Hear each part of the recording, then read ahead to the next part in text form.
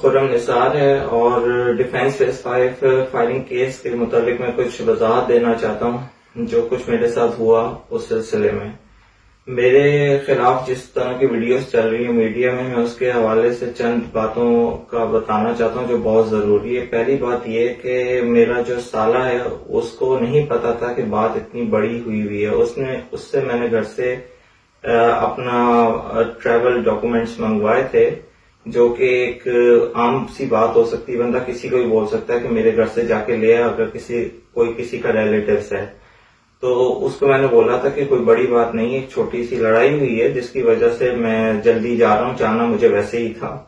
और इसके अलावा जो मेरे साथ हुआ अब्दुल्ला शाह गाजी मजार के पास में, और मुझ पे 2 चीजों पर इल्जाम लगाया गया कि इसकी गाड़ी में गन थी, हमें शक था। तो पहली बात तो ये मैं कहना चाहूंगा, जो गन की बात की जा रही थी कि हमें शक था कि तेरी गाड़ी में गन है, तो गन कोई विजिबल हो रही थी उनको मेरी गाड़ी में, जो उनको नजर आ रही थी। पहली बात तो ये। दूसरी बात ये कि इन्होंने मेरे पे किडनैपिंग का इल्जाम लगाया और किडनैपिंग में ये कहते थे कि मैंने किडनैप किया बोर्ड बेसन से एक लड़की को असले के जोर पे।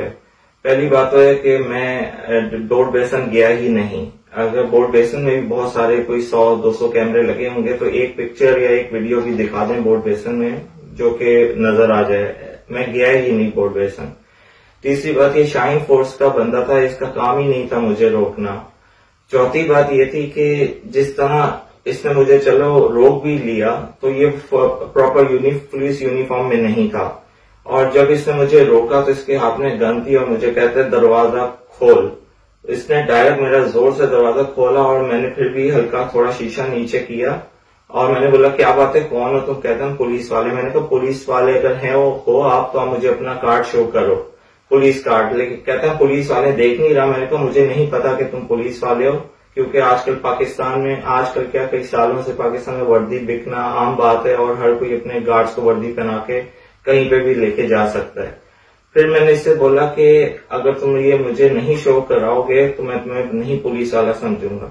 इसने मुझ पे डायरेक्ट शूट करने की मुझे उसी टाइम कोशिश की और मैंने हल्की सी गाड़ी भगा के चंद फासले पर गाड़ी रोक दी, क्योंकि मुझे मेरी अपनी गन जो थी गाड़ी में थी, जो लाइसेंस याफ्ता थी, मैंने उसको हाथ में पकड़ के गाड़ी के बाहर खड़ा हो गया। गाड़ी के बाहर खड़े होने के बाद जब जो भी वीडियो उसके बाद जो चली, जो ये मेरी वीडियो बनाते रहे और फिर मैंने भी इनकी बनाई, लेकिन मेरी वीडियो सही से बन नहीं सकी, इनकी बन गई। और जो वीडियो बनी और जो मीडिया में चलती रही वो सारी बात का आपको पता है कि मैंने इनको बोला कि पुलिस मोबाइल बुला लो, थाने चलो, जिस थाने बोलोगे मैं अल्लाह की कसम जाऊंगा। तो ये मुझे नहीं लेके जाना चाह रहे थे थाने। फिर मेरी इनसे बात हुई थाने जाने की, और फिर जब ये थाने जाने पे हम राजी हो गए तो रास्ते में बीच सड़क पे ये बोलता है थाने नहीं जाना, कहीं और ले। मैंने कहा तुम्हारे से मेरी बात हुई थी थाने जाने के, वहां पे जाके कंफर्म हो जाएगा कि तुम वाकई पुलिस फोर्स में हो और मुझे कंफर्म हो जाएगा। लेकिन इसने मेरी बात नहीं मानी और जबरदस्ती मुझे दूसरे रास्ते ले गया। फिर भी मैंने गाड़ी रोक ली और जैसे ही मैंने यू टर्न करने की कोशिश की तो इसने मेरे जो स्टीयरिंग है गाड़ी का उसको पकड़ के न्यूट्रल गाड़ी कर दी और गाड़ी रुक गई। मैं गाड़ी से उतर गया। उतरने के बाद ये मुझे बोलने लगा कि हम तुझे वहां जरूर लेके जाएंगे, तुम्हारे साथ तू बहुत बुरा कर रहा है, अगर तू नहीं चला तो तेरे साथ बहुत बुरा कर देंगे। मैं डर गया। मैंने इसको बोला मैं नहीं जाऊंगा, तुम्हारे से मेरी थाने की बात हुई थी, लेकिन इसने नहीं किया। उसी दौरान इसने फ्रंट सीट से गाड़ी के अंदर घुस के मेरे पे फायर कर दिया। फायर किया लेकिन इसकी गोली नहीं चली, और वीडियो में देखा जा सकता है जब ये फ्रंट सीट से नीचे झुक के गाड़ी में गया तो मैंने इसका बाजू भी पकड़ा लेकिन इसकी गोली नहीं चली। फिर ये दोबारा बाहर निकल के मुझे बहाने से बातों में लगा रहे और अपने हाथ में जो गन है उसका अंगूठे से गन का चैम्बर सही करने लगा और दोबारा से मुझे शूट करने की कोशिश करा। उसी दौरान मैं डर गया, मुझे अपने बीवी बच्चों की याद आई और मैंने इसको अपने सेल्फ डिफेंस में शूट किया, फायर किया। और वो जो मेरा इंटेंशन इसको मारना नहीं था, मुझे सिर्फ अपनी जान बचानी थी।